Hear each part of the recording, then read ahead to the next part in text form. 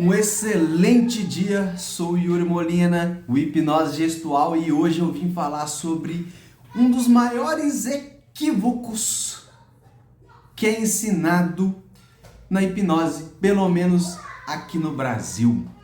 Não sei porquê.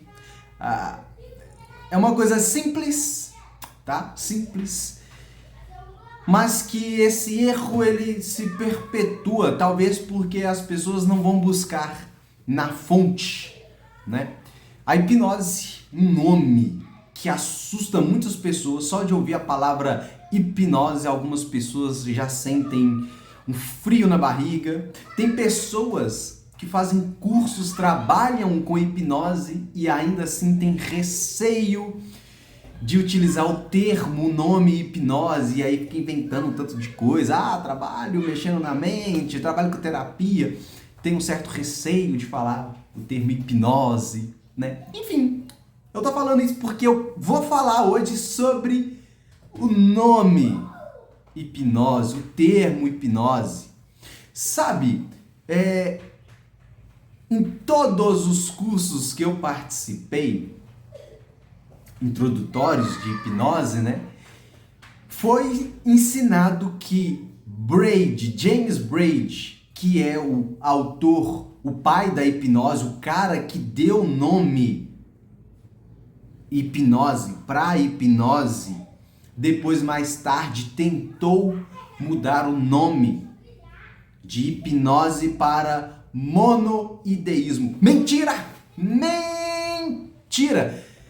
Eu não sei de verdade de onde que foi tirado essa ideia de que Braid tentou trocar o nome hipnose para monoideísmo.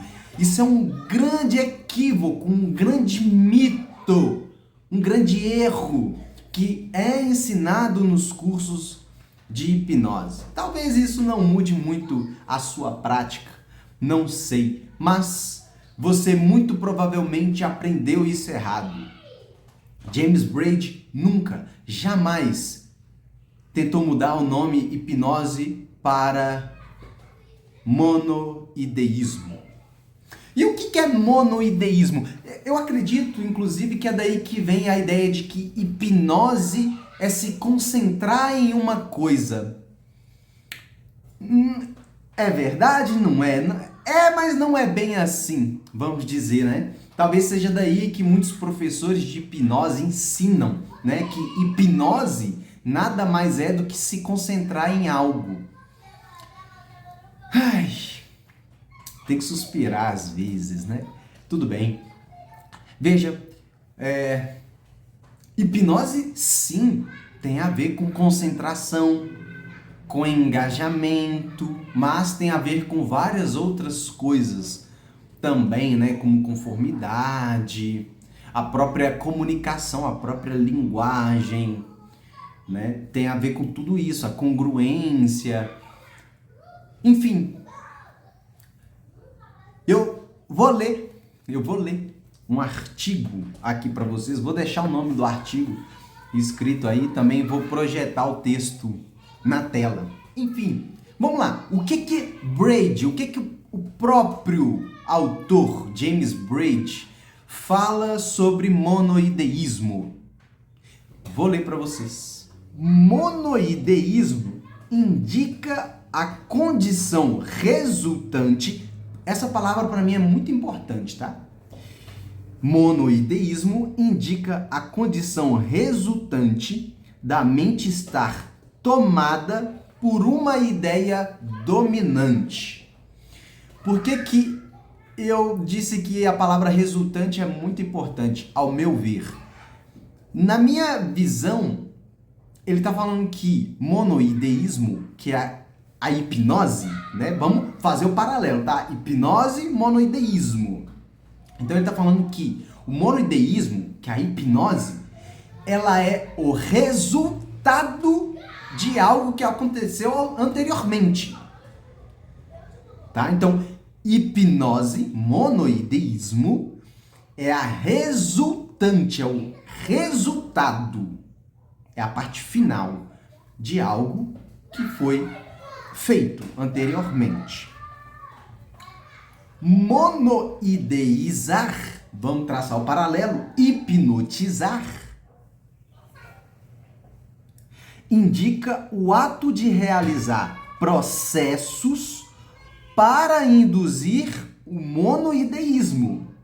Então, hipnotizar é o processo para se chegar no hipnotismo. Certo? Estamos fazendo paralelo. Monoideísmo com hipnose, com hipnotismo.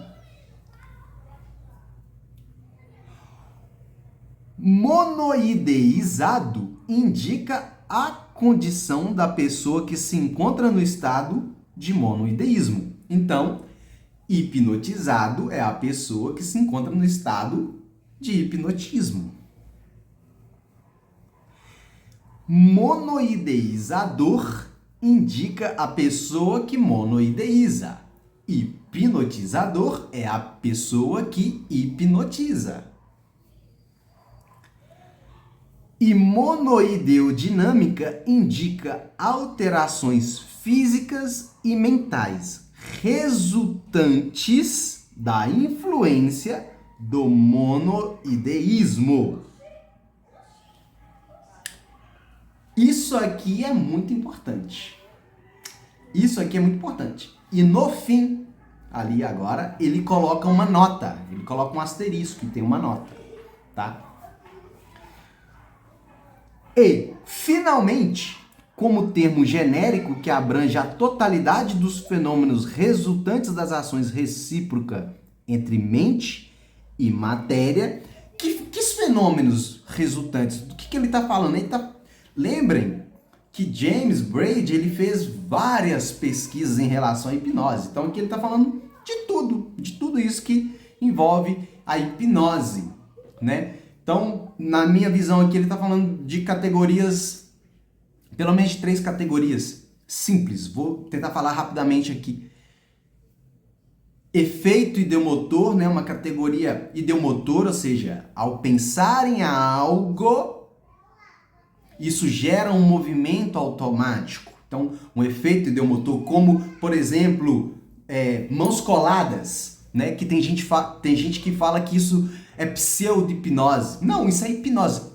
Dá uma olhadinha no meu canal, o vídeo anterior, onde eu falo que isso não é pseudo-hipnose, isso é hipnose. E Braid muito provavelmente entendia isso como hipnose e não como pseudo-hipnose. Isso é efeito ideomotor. Mão colada, mãos magnéticas, isso são efeitos ideomotores. Ele está falando também de fenômenos ideossensoriais. Quando eu bato palma, você sente um beliscão no bumbum. Quando eu aproximar meu braço de você, você vai sentir o cheiro mais fedorento, o pior odor da sua vida. Quando eu apertar na sua mão, você vai sentir o cheiro do perfume mais gostoso que você já sentiu na vida. Isso são fenômenos ideossensoriais. Você vai sentir frio, você vai sentir calor. E também efeitos ideossensoriais, emoções, você vai se sentir muito alegre, muito feliz. Ele está falando disso, tá? Essas totalidades de fenômenos que ele está citando, na minha percepção, é disso que ele está falando, tá? Ele entendia muito de hipnose. Creio que nenhum termo, ele está falando de termo, tá? O termo genérico para isso. Creio que nenhum outro termo seria mais apropriado do que psicofisiologia. Veja, ele está chamando tudo isso de psicofisiologia e não de monoideísmo, mas de psicofisiologia. De onde tiraram que o Braid falou que hipnose, ele tentou trocar o termo hipnose para, ou hipnotismo, para monoideísmo. Onde? Só que eu quero lembrar vocês de uma coisa aqui. No tópico anterior, monoideodinâmico, eu falei que ele colocou uma nota, um asterisco. E eu quero ler essa nota para vocês. Vou ler tudinho. Me acompanhe com a leitura, tá? Vou projetar aí na tela. Vamos lá. Há vários anos, o Dr. William Carpenter introduziu o termo ideomotor para caracterizar os movimentos musculares reflexos ou automáticos que surgem meramente de ideias na mente associadas ao movimento sem qualquer esforço consciente de vontade. Em 1858, ao referir-se a esse termo, o Dr. Noble observou: ideodinâmico constituiria, provavelmente, uma terminologia mais apropriada por ser aplicável a uma gama mais ampla de movimentos. Agora, veja bem o que o Braid, o próprio James Braid, vai falar sobre essa citação do Dr. Noble. Concordei plenamente com essa opinião, pois eu estava bem ciente de que uma ideia poderia tanto inibir quanto excitar o movimento muscular de forma automática. Não apenas isso, mas minhas pesquisas haviam também provado, além de qualquer dúvida razoável, que ideias dominantes de expectativa podiam modificar e controlar todas as outras funções do corpo humano, assim como o movimento muscular. Olha agora.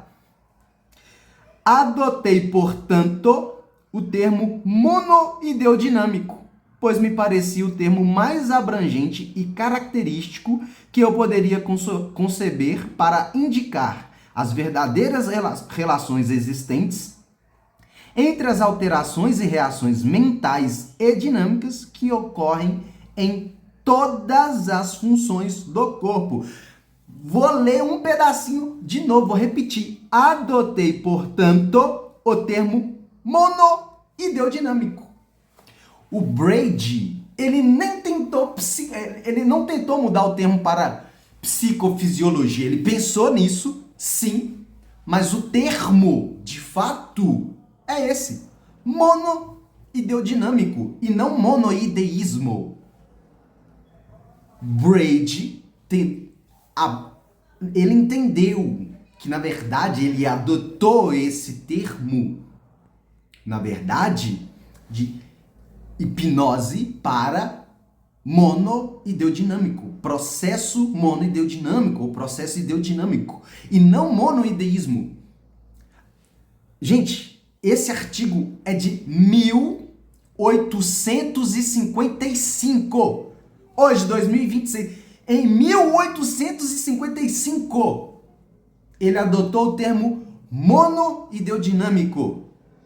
Hoje, 2026, as pessoas falam que o Braid tentou mudar o nome da hipnose para monoideísmo. Que doideira, que viagem é essa? Que alucinação hipnótica é essa que os professores de hipnose estão adotando na vida deles?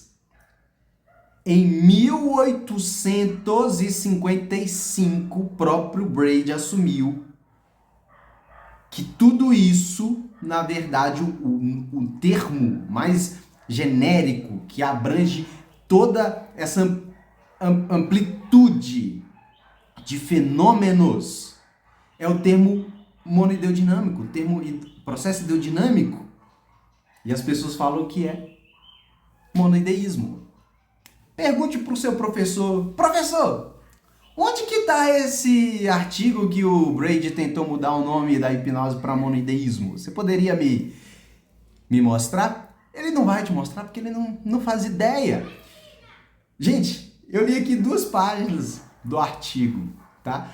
Deve que eles leram só a primeira parte. Mesmo assim, na primeira parte, o Braid ele tem a ideia de psicofisiologia. E não monoideísmo, mas de psicofisiologia.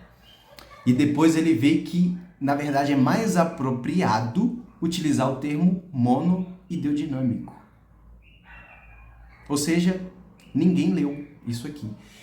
É um equívoco muito grande, mas que acontece nos cursos de hipnose aqui no Brasil.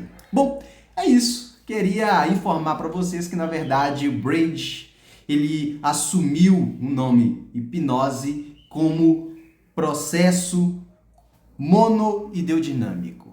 Espero que você tenha gostado desse conteúdo e nos vemos em breve.